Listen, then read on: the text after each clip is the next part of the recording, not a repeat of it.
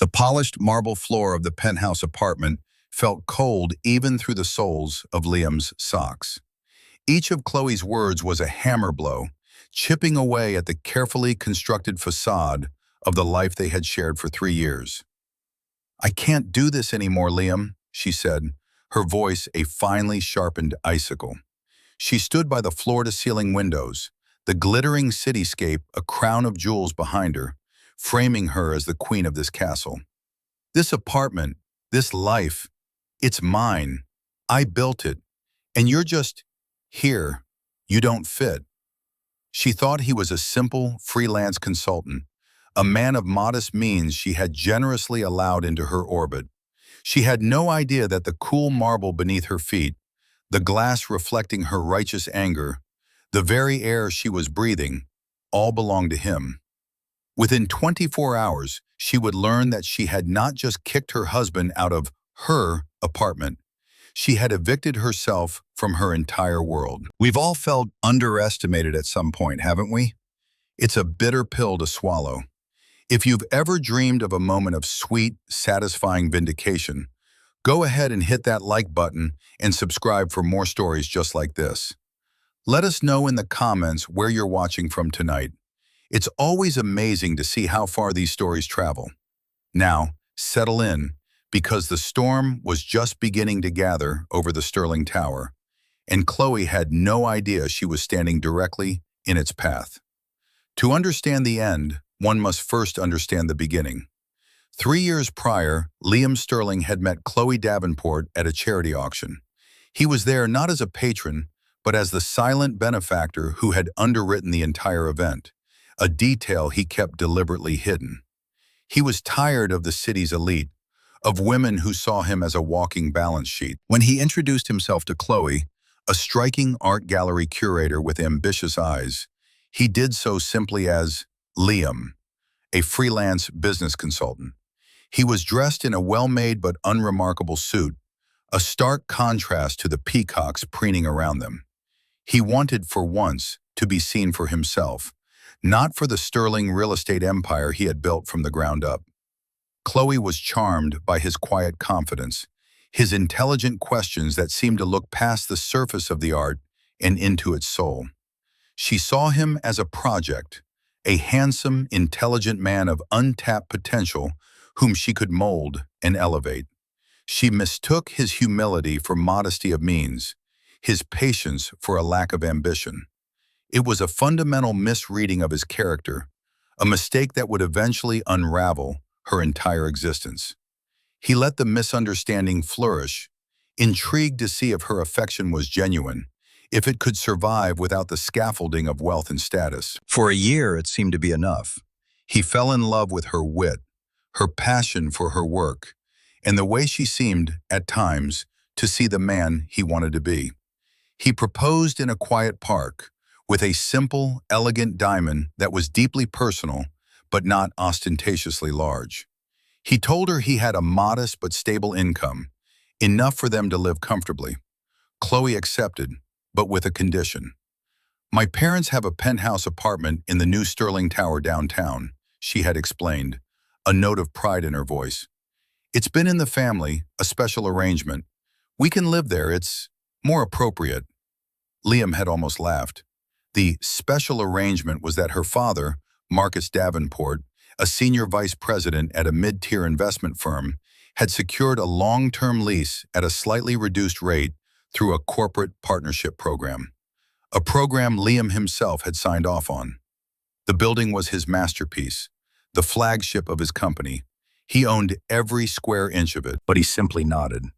"If it makes you happy, Chloe, then it sounds perfect." And so he moved into his own building as a guest. The first year of their marriage was a delicate dance. Liam worked from a small home office he set up in the second bedroom, quietly managing his vast portfolio, while Chloe believed he was chasing down small-time consulting gigs. He wore simple clothes, drove a sensible sedan, and never corrected her when she spoke of her apartment. He loved her, and he held on to the hope that the woman who fell for the quiet consultant was still in there, buried under a growing obsession with appearances. The first cracks appeared at family dinners. Chloe's parents, Marcus and Eleanor Davenport, were polite but palpably condescending. They saw Liam as a likable but ultimately inadequate match for their daughter. Marcus, a man whose self-worth was welded to his job title and the brand of his watch, would often steer the conversation toward finance and market trends, speaking in a loud, declarative tone meant to exclude Liam. The market's volatile, of course. Marcus would boom across the polished dining table, a crystal glass of expensive wine in his hand. You have to have real capital to play, real skin in the game. It's not for the faint of heart, or the shallow of pocket. He would then give Liam a pitying smile, as if apologizing for discussing topics so far beyond his comprehension. Liam would just nod, take a sip of his water, and offer a simple, "It certainly seems complex." Inside, he would be reviewing the quarterly performance of Marcus's own company, a subsidiary of a tech firm Liam's venture capital fund had acquired 6 months ago. He knew Marcus's bonus structure better than Marcus did. Eleanor was more subtle, her weapon of choice being the backhanded compliment. "It's just wonderful how you support Chloe, Liam," she would say, her smile never quite reaching her eyes. "Allowing her to have this beautiful home, to live the life she deserves. It takes a very secure man to be comfortable with that." The implication was clear. It took a man with no ambition of his own to be happy living off his wife's perceived family wealth. Liam would always respond with grace. "Chloe deserves the world. I'm just happy to share a small piece of it with her." He would feel Chloe's hand tense slightly on his, a flicker of embarrassment she would quickly mask. She wanted her parents' approval, and she was beginning to see Liam as an obstacle to it. The quiet consultant she had once found charming was becoming a social liability. She started referring to him in public as an independent strategist, a vaguer, more impressive-sounding title that Liam found both amusing and deeply sad. The lie wasn't his anymore, it was hers, and she was decorating it to match the furniture. The second year saw the cracks widen into fissures. Chloe's desire for more began to consume her. It wasn't just about maintaining the lifestyle, it was about upgrading it. She wanted designer clothes, exotic vacations, a new car. She would present these desires not as requests, but as necessities. "Everyone in our circle is summering in the Hamptons, Liam. It's embarrassing that we're not." Liam, playing his role, would gently push back. "Chloe, we've talked about this. My income is steady, but it's not infinite. We have to live within our means." This phrase, "our means," became a trigger for her. "Our means?" she would scoff. "Liam, look around you. This is my life, my family's legacy. I'm not asking you to pay for it. I'm asking you to not hold me back from it." It was a cruel twisting of the knife, and each time it drew a little more blood. He was no longer a partner, but an anchor, weighing her down. He began keeping a small, black, featureless keycard in his pocket. It was the master key to the entire building, capable of opening every door, from the boiler room to the penthouse. On nights when Chloe's casual cruelty was particularly sharp, he would take it out in the quiet of his office and run his thumb over its smooth, cool surface. It was a tangible reminder of the truth, a silent promise to himself that this charade had an expiration date. It was a test, yes, but not just of her. It was a test of his own patience, his own capacity for forgiveness. He had to know, when the time came, that he had given her every possible chance to choose him over the illusion of status. He had to be sure that the woman he fell in love with was truly gone, not just temporarily misplaced. The keycard was heavy in his pocket, a silent weight of the power he kept in reserve, a power he hoped he would never have to use against the woman he had vowed to love. But hope, he was beginning to realize, was a dwindling asset. The humiliation escalated with a surgical precision that felt almost deliberate. It was no longer confined to the chilly atmosphere of her parents' home, but began to bleed into their social life. Chloe belonged to a circle of friends who were, in essence, clones of her parents. wealthy, status-obsessed, and utterly convinced of their own superiority.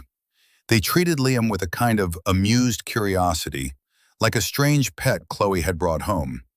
They called him the Professor because of his quiet, observant nature and his simple, dark-rimmed glasses.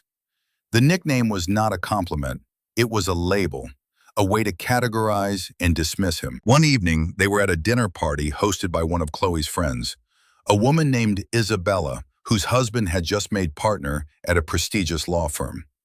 The apartment was a symphony of beige and chrome, sterile and ostentatious.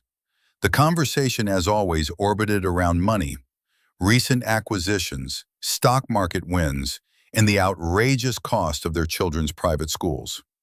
Liam was seated at the far end of the table, a deliberate placement that rendered him almost invisible. He listened quietly, nursing a glass of sparkling water, while Chloe held court, laughing a little too loudly at the host's husband's stale jokes. At one point, the conversation turned to a recent city development project, a stunning new eco-tower that was winning architectural awards.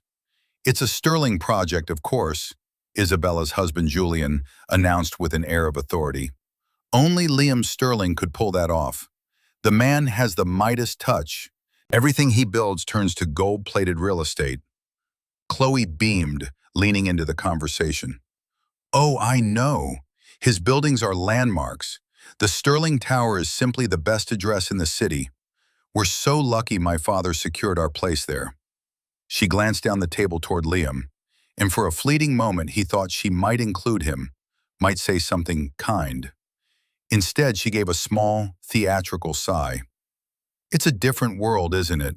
The world of the builders and the others." The table fell quiet for a beat. The others hung in the air, an unspoken category into which Liam had just been unceremoniously dropped. He felt the eyes of the table on him, a mixture of pity and condescension. He met Chloe's gaze. There was no apology in her eyes, only a flicker of defiance, a challenge. He simply gave a small, tight smile and picked up his water glass. In his pocket, his fingers found the smooth, hard edges of the black keycard. He pressed his thumb into its center, the plastic unyielding. He was the builder. He was Liam Sterling. He had designed the eco-tower they were discussing, sketching its initial form on a cocktail napkin one sleepless night. His name was literally on the building Chloe called home. But in this room, to this woman, he was one of the others. The evening worsened. Later, as coffee was being served, Julian turned to him directly, a smug look on his face. "So, Liam," he said, his voice carrying across the room, "Chloe tells us you're an independent consultant. Must be tough out there, the gig economy. What is it you actually, do?" The question was a power play, designed to expose Liam's perceived insignificance. Before Liam could answer, Chloe jumped in, her voice light and breezy, a desperate attempt to gloss over her embarrassment. "Oh, Liam helps small businesses with their growth strategies. It's very niche." She said the word niche as if it were a synonym for unprofitable. Liam maintained his composure. He looked directly at Julian, a man whose entire legal career was built on defending corporations that Liam's own companies occasionally sued for patent infringement. "I help people solve problems," Liam said, his voice calm and even. "Sometimes the problems are small, sometimes they're larger than they appear. The key is to see the entire structure, not just the part that's causing the immediate issue." His answer was met with blank stares.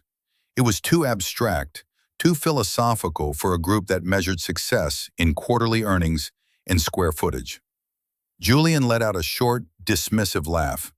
"Right, a problem solver. Well, if you ever want to solve a real problem, like my golf swing, let me know." The table erupted in sycophantic laughter. Chloe joined in, the sound grating on Liam's nerves. He felt a profound sense of dislocation, as if he were watching a play about his own life, and the actors had all forgotten their lines. He excused himself to the restroom. He stood in the small, marble-tiled room, gripping the edges of the sink. He looked at his reflection in the mirror.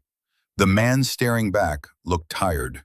He saw the strain around his eyes, the deep disappointment that had taken root in his heart. Was this experiment worth it? Had he proven anything other than his own tolerance for pain? He had wanted love, pure and unvarnished. What he had found was a love so conditional it felt like a transaction, and he was failing to hold up his end of the bargain. He splashed cold water on his face. The cold shock was clarifying. This wasn't just about Chloe anymore.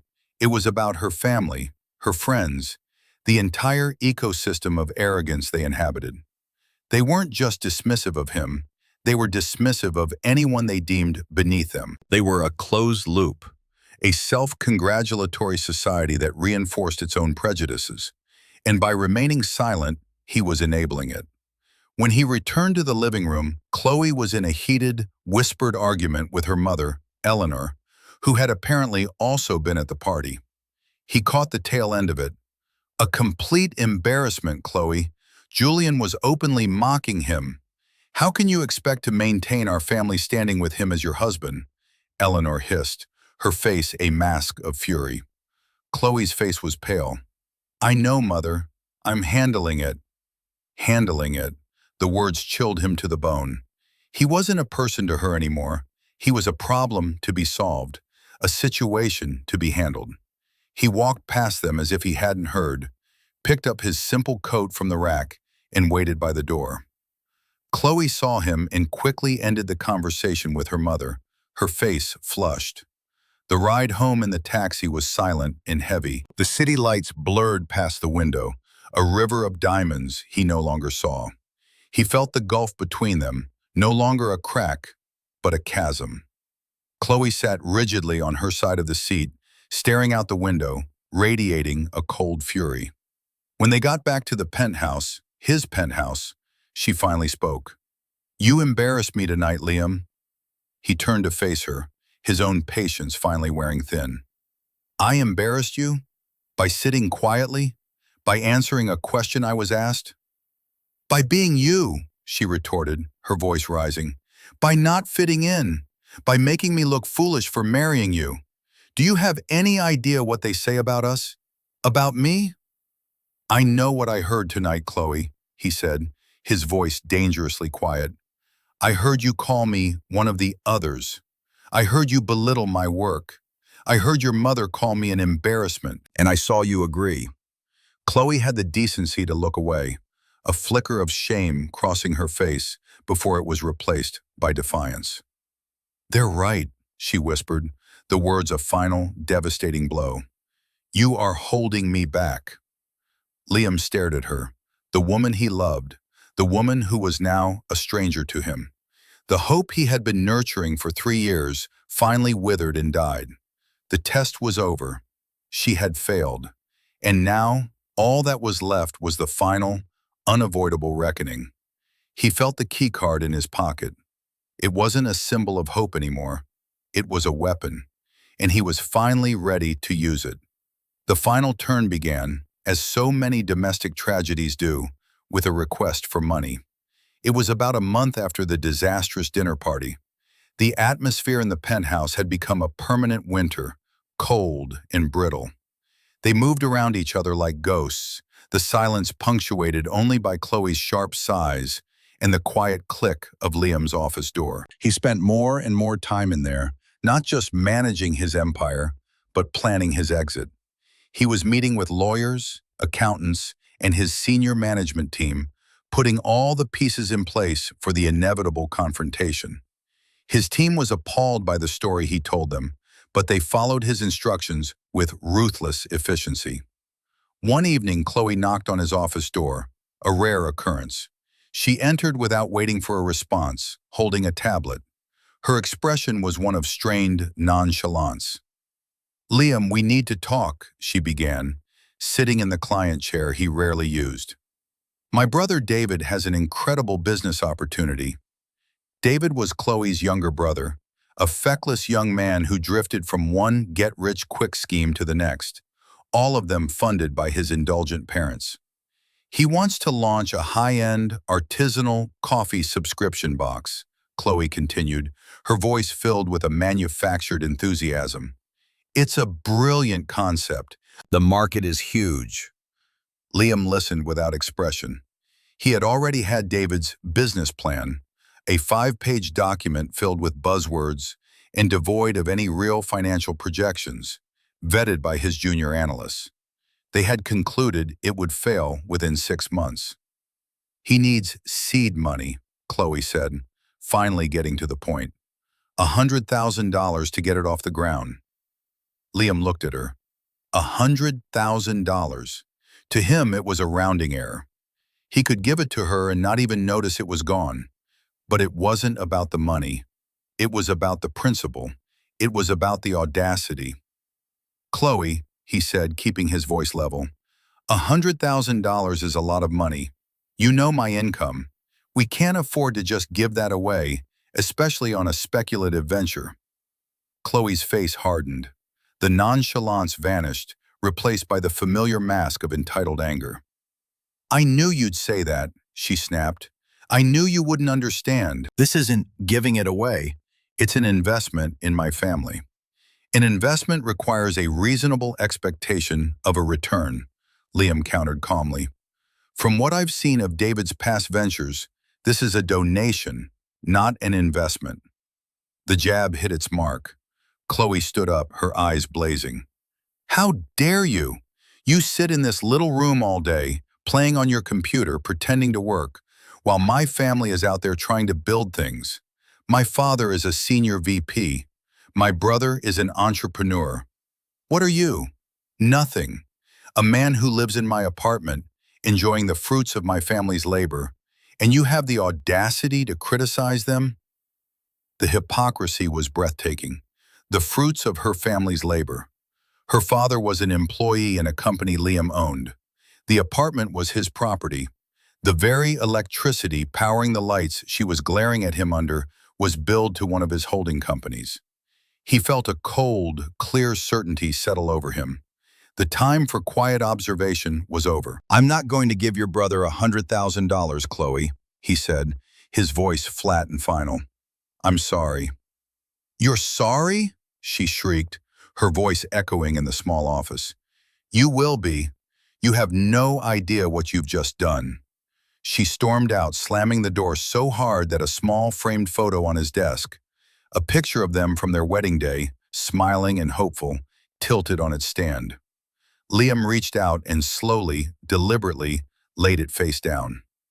That evening, he received a call from Marcus Davenport. His future father-in-law did not bother with pleasantries.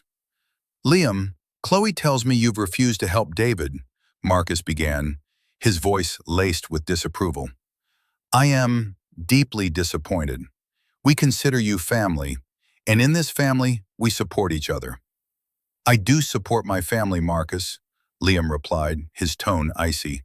But I don't set fire to piles of money to keep them warm. Your son's business plan is not viable.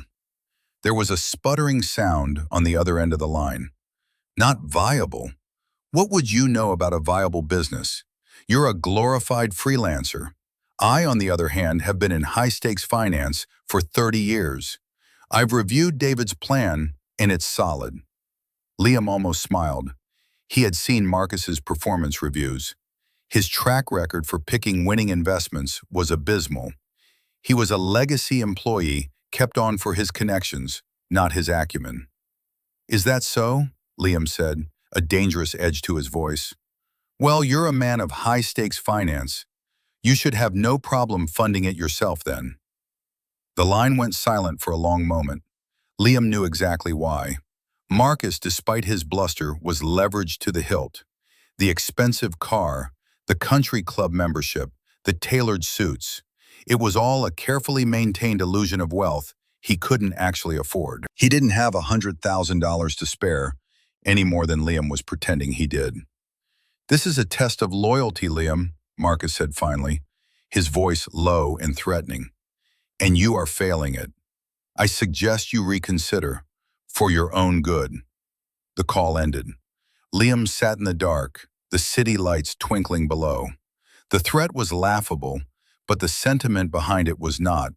They were closing ranks, preparing to excise the foreign body from their system. He knew what was coming next. Chloe would deliver the ultimatum, and he would be ready. He pulled up a file on his laptop.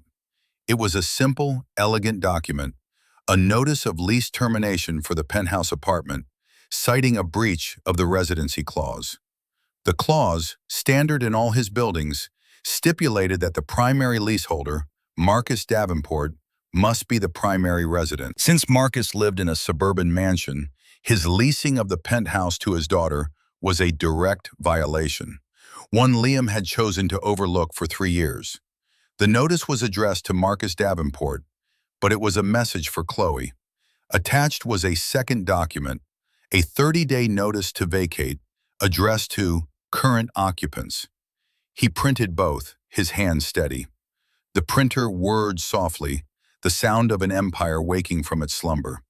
He placed the documents in a simple, crisp manila envelope and slid it into his briefcase.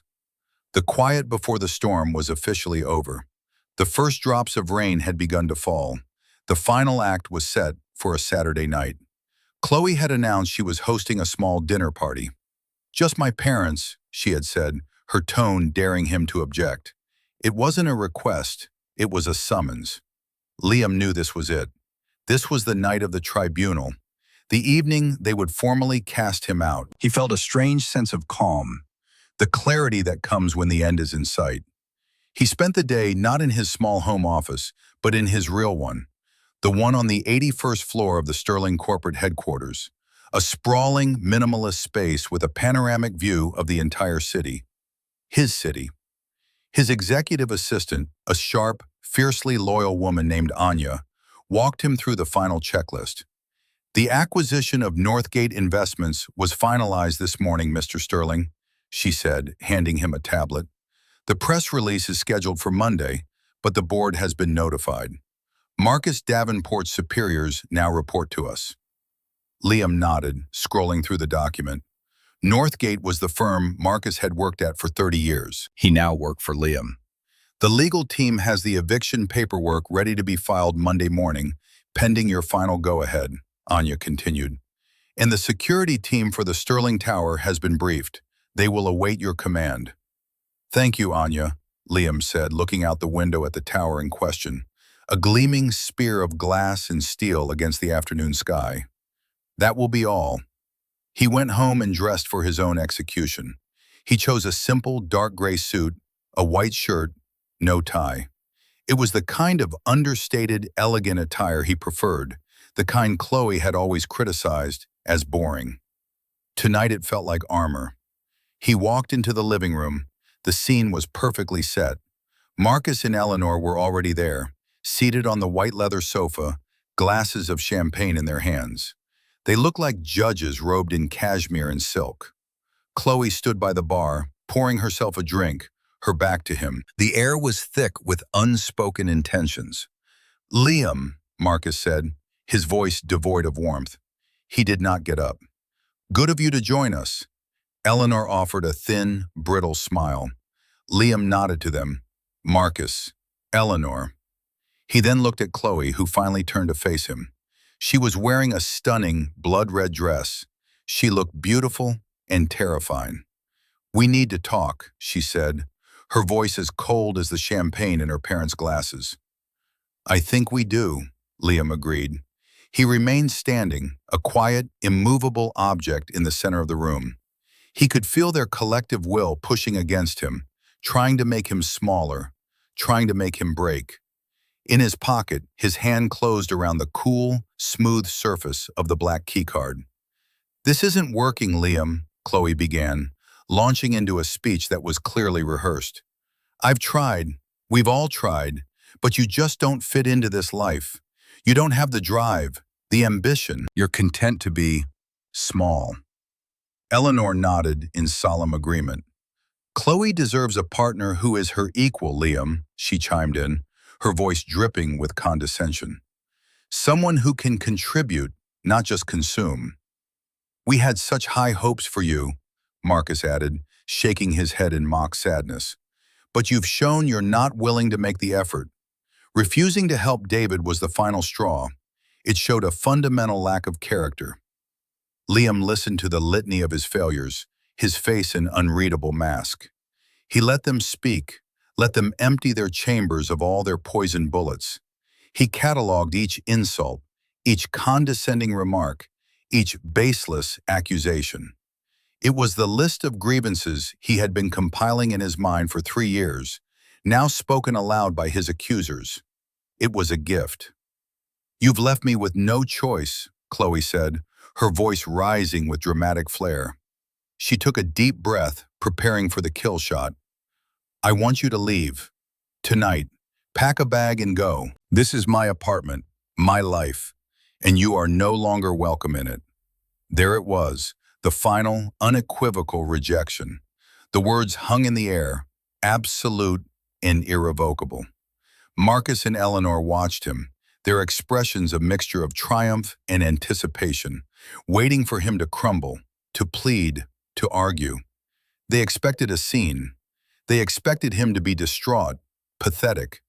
They did not expect the quiet smile that touched Liam's lips. "Your apartment?" he asked, his voice soft, almost conversational. The question seemed to throw Chloe off balance. "Yes, my apartment," she repeated, a note of irritation in her voice. "My father arranged it. It's ours." "Is that right?" Liam said, turning his gaze to Marcus. "Tell me, Marcus, what is the name of the legal entity that owns this building?" Marcus blinked, caught off guard. "What? That's irrelevant. It's a Sterling property." "It is," Liam agreed, "and the specific holding company is Sterling Urban Ventures, LLC. Is that a name you're familiar with?" Marcus's face was a canvas of confusion. "No, I can't say that I am. What does this have to do with anything?" "It has everything to do with everything," Liam said. He reached into his suit jacket and pulled out his wallet. He didn't take out the key card, not yet. He took out his driver's license and a black credit card. He placed them on the glass coffee table. "Please, read the name on those." Chloe, annoyed, snatched up the license. She read the name aloud, her voice dripping with sarcasm. "Liam Sterling. So what? We all know your name is Sterling. It's a common name." "Is it?" Liam asked. He looked at Marcus. "Tell me, Marcus, the CEO of the parent company that just acquired Northgate Investments this morning, the man you now technically work for, what's his name?" A flicker of dawning horror appeared in Marcus's eyes. He had received the internal memo just that afternoon. A major acquisition. A new ultimate authority.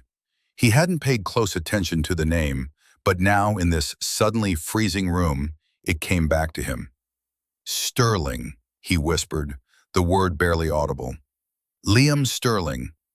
The silence that followed was absolute. It was a silence so deep and profound that Liam could hear the faint hum of the building's ventilation system, a system he had personally approved.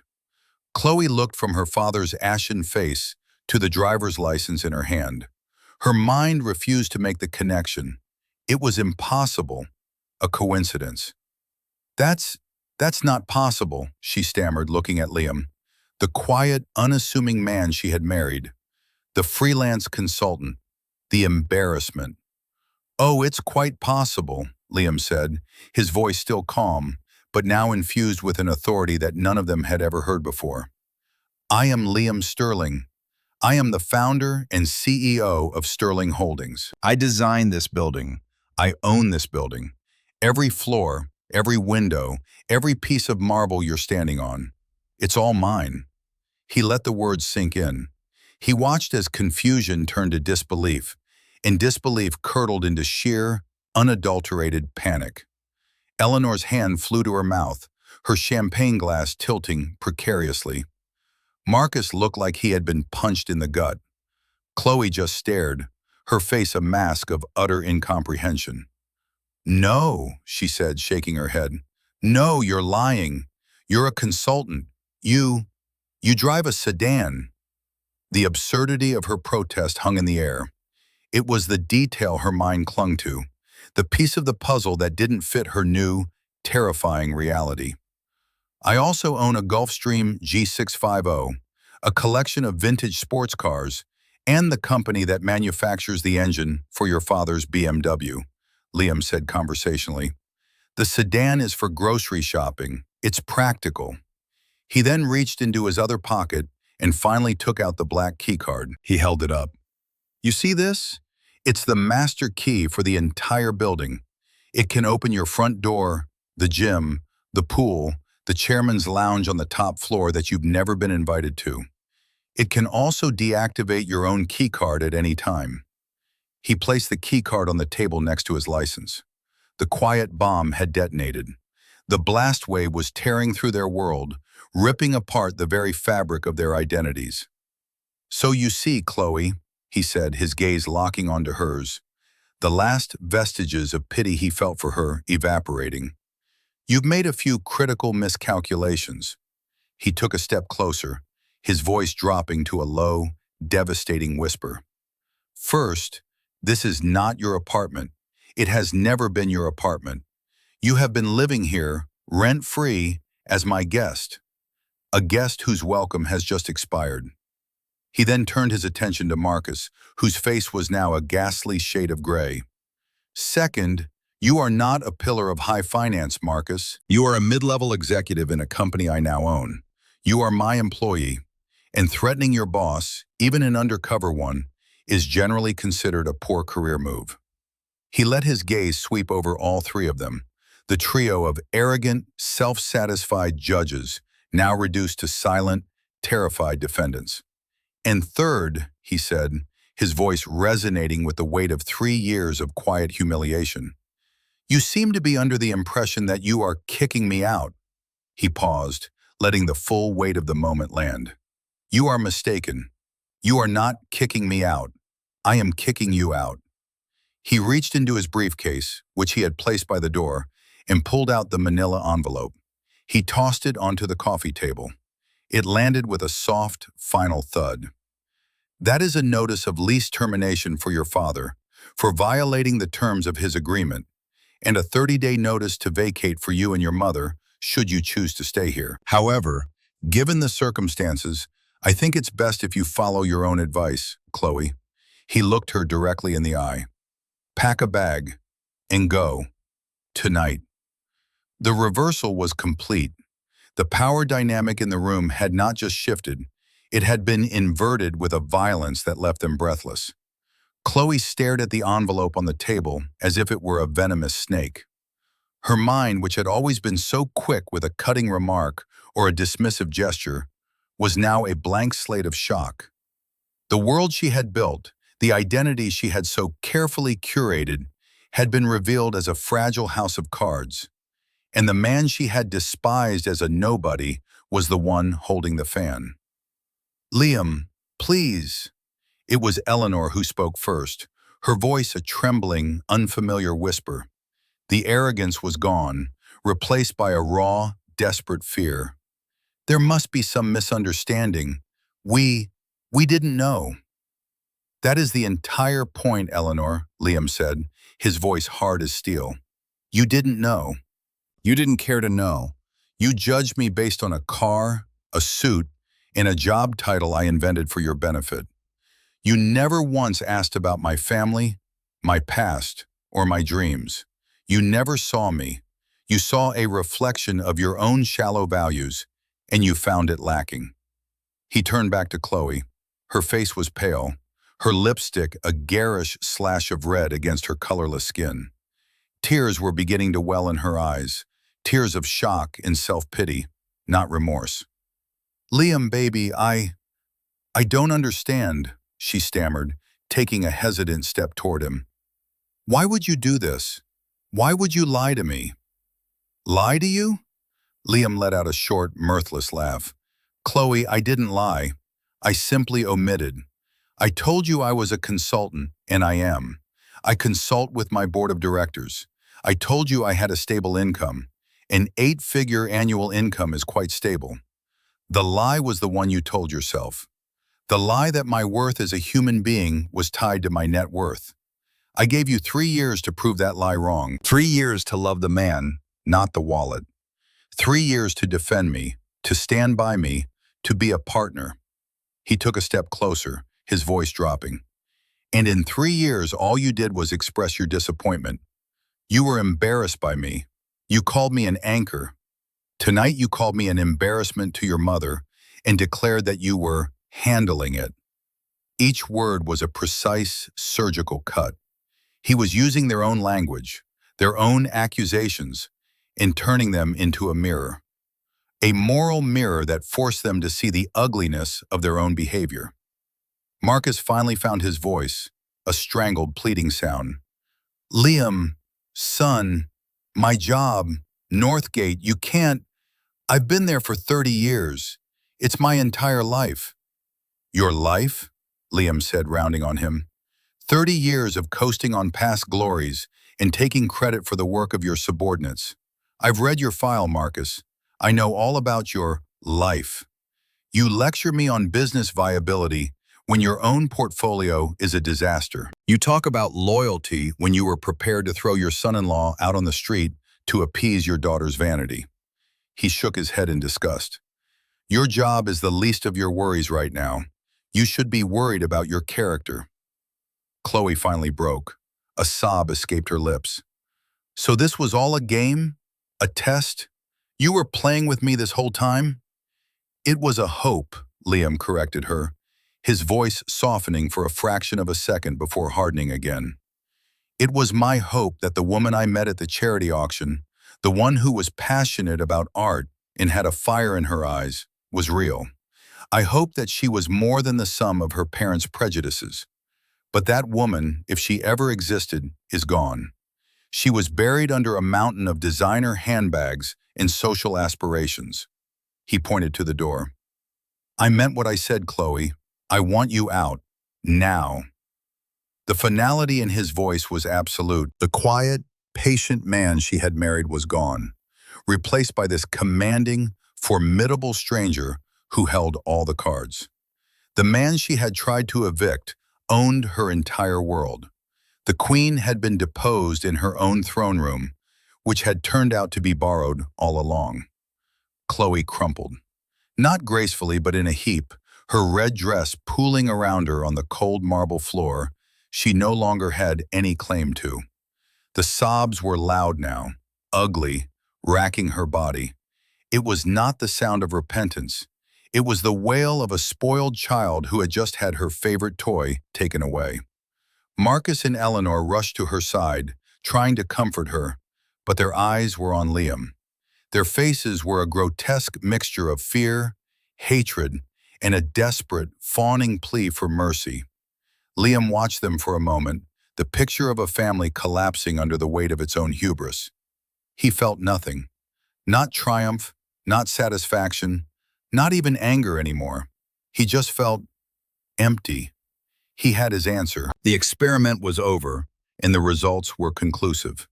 He turned without another word and walked into his home office, the one room in the apartment that had always felt truly his.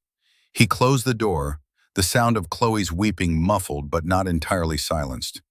He sat down at his desk and looked at the picture of their wedding day, still lying face down.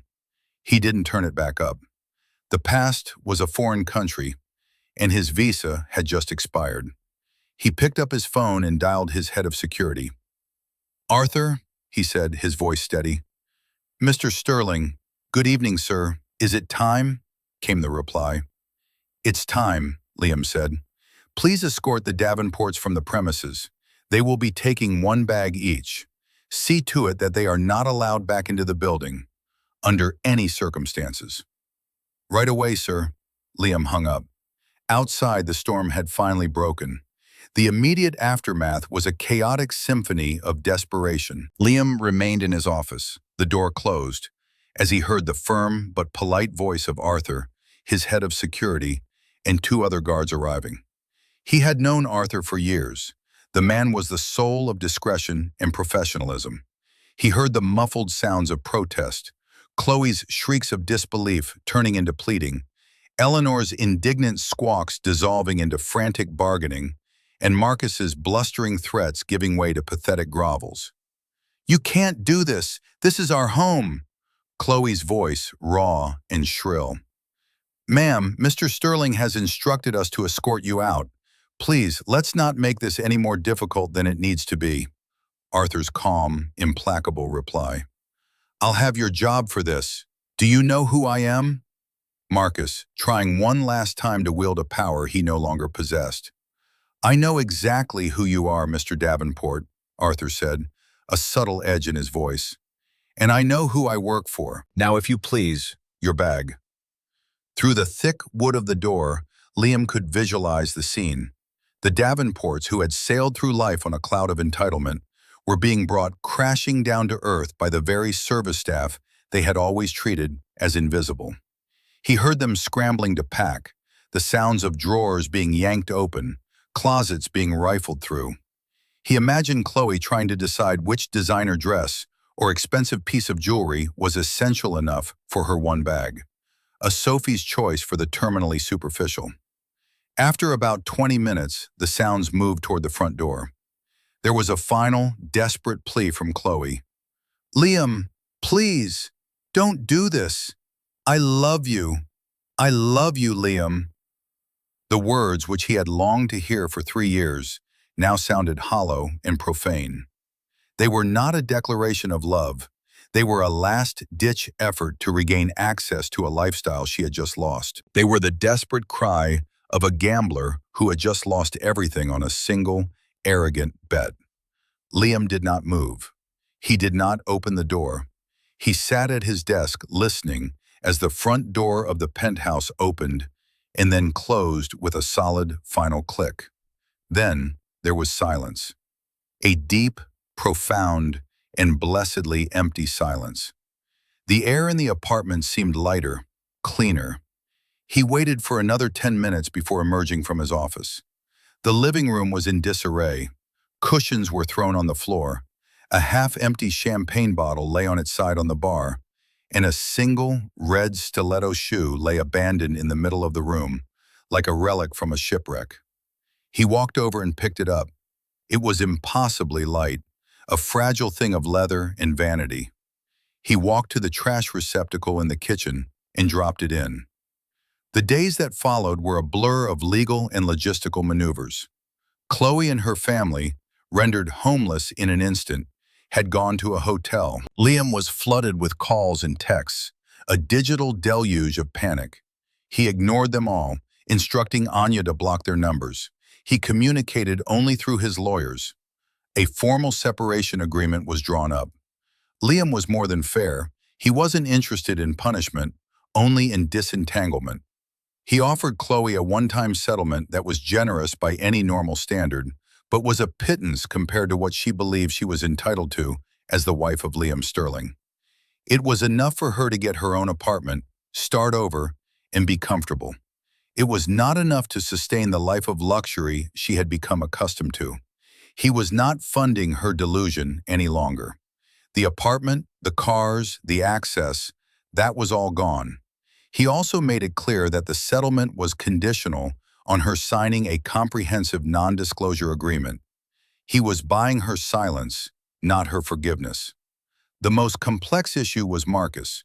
His father-in-law was in a state of complete terror. He left long, rambling voicemails for Liam, oscillating between tearful apologies and veiled threats about going to the press. Liam knew Marcus had nothing. A disgruntled employee claiming his billionaire boss deceived him by pretending not to be a billionaire was not a story that would engender much public sympathy. Still, Liam had a different kind of justice in mind for Marcus. He called a meeting with the new CEO of Northgate Investments, a man he had personally appointed. "Marcus Davenport," Liam said, getting straight to the point. "I want him kept on." The CEO looked surprised. "Sir, with all due respect, his performance record is lackluster. He's considered dead weight by his team." "I know," Liam said. "He's not going to be a senior vice president anymore. That title, his corner office, his expense account, that's all gone. I want you to create a new position for him. Junior Analyst, Special Projects. He'll be assigned to the team that vets new ventures, the kind of thing his son was proposing. He'll work in a cubicle on the 14th floor. He will report to a manager who is 25 years old and fiercely ambitious. His salary will be cut by 70% to a level appropriate for the new role. But he will have a job. He will have a chance to learn the value of actual work, of starting from the bottom.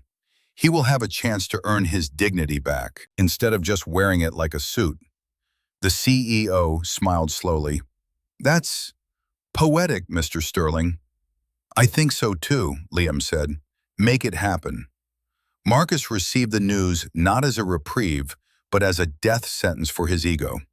To go from senior VP to a cubicle-dwelling analyst was a humiliation far greater than being fired. He would have to walk into that office every day, a ghost of his former self, stripped of all the trappings of status that had defined him. He would have to endure the pitying or scornful looks of his former colleagues. He would have to take orders from someone young enough to be his grandchild. He had a choice: swallow his pride and accept the lifeline, or resign and face a world where a man of his age, with his recent performance record, would be virtually unemployable. He took the job.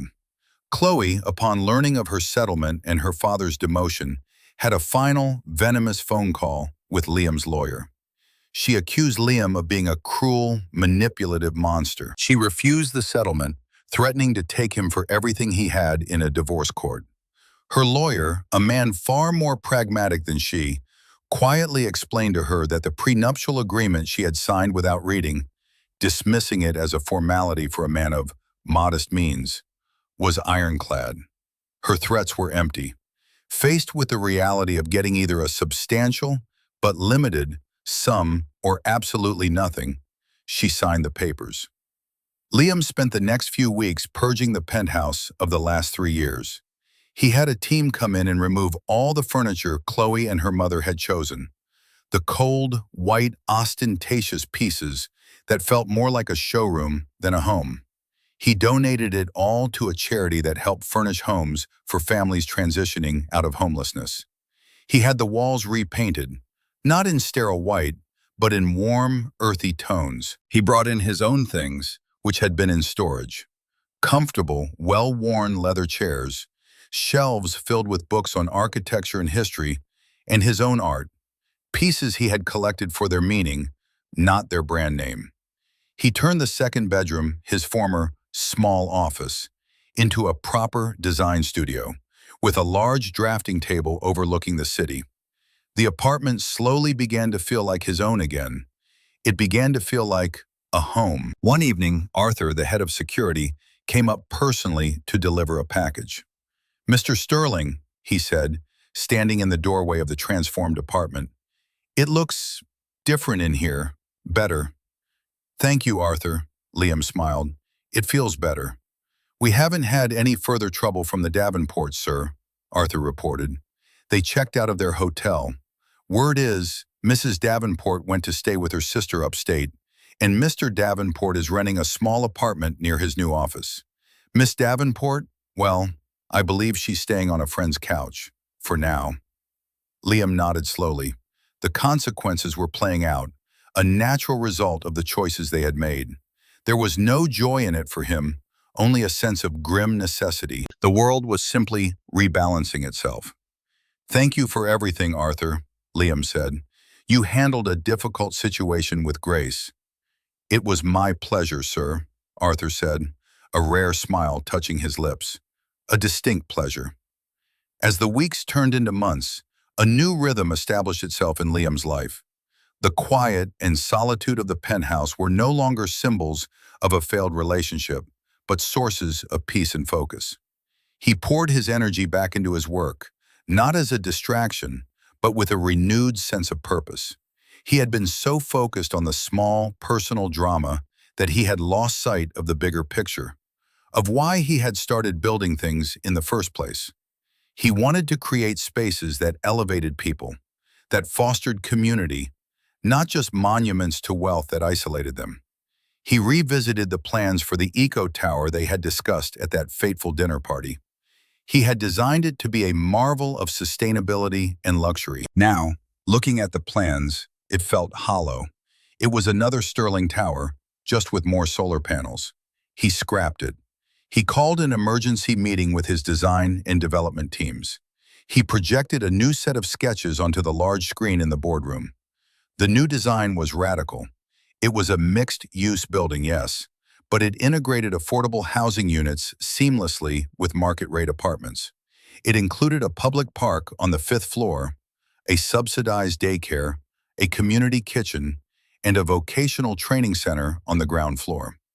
"We're not just building a tower," he told his stunned team. "We're building a neighborhood, a vertical neighborhood. Profit is important, but it will no longer be our only metric for success. From now on, our legacy will be measured in the lives we improve, not just the skylines we shape." This new project became his passion. It was complex, difficult, and financially riskier than anything he had ever done. But it felt right. It felt real. It was a stark contrast to the empty pursuit of status that had defined his life with Chloe.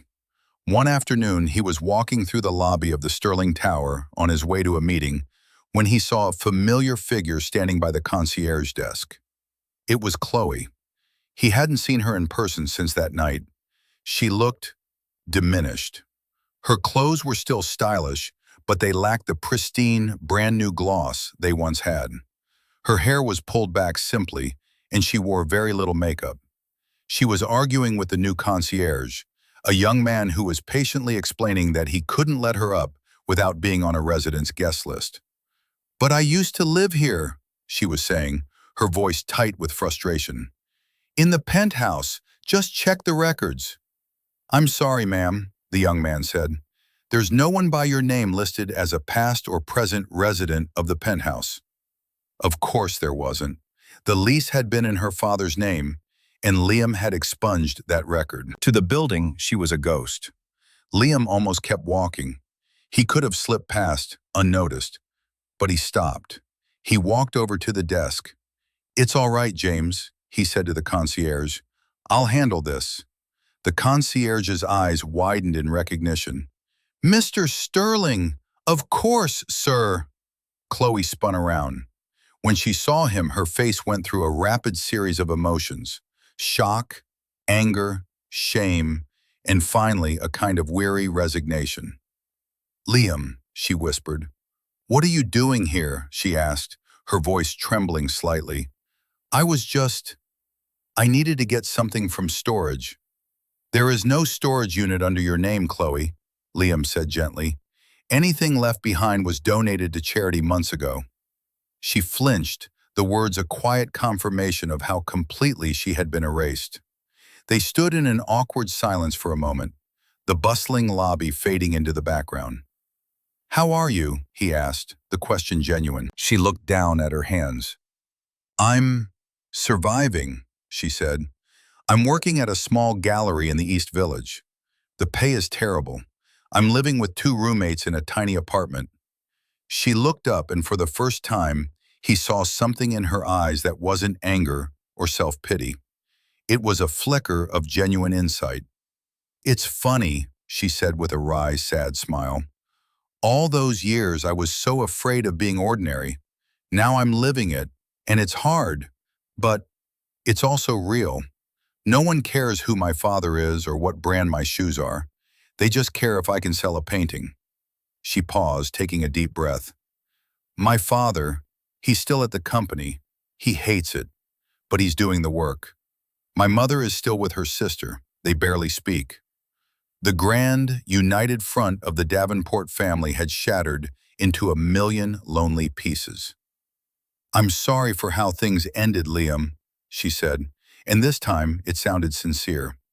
"Not because you turned out to be rich, but because I was a terrible wife. I was a terrible person. I see that now.